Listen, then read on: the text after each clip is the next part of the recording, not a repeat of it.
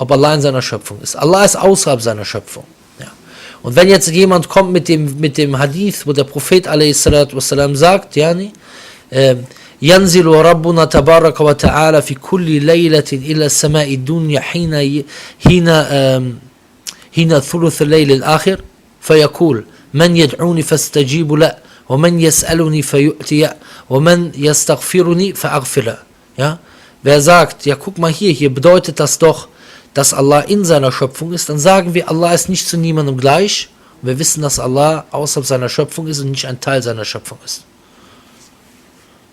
Und Yahya ibn Ma'in, der große Hadith-Gelehrte, einer der größten überhaupt, der hat gesagt, إِذَا قَالَ لِي جَهْمِيٌّ كَفَرْتُ بِرَبٍّ يَنْزِلُ مِنْ سَمَاءٍ إِلَى سَمَاءٍ. Ich glaube nicht an einen Gott, der von Himmel zu Himmel steigt. قُلْتُ أَمَنْتُ بِرَبٍّ يَفْعَلُ مَن يَشَاءُ.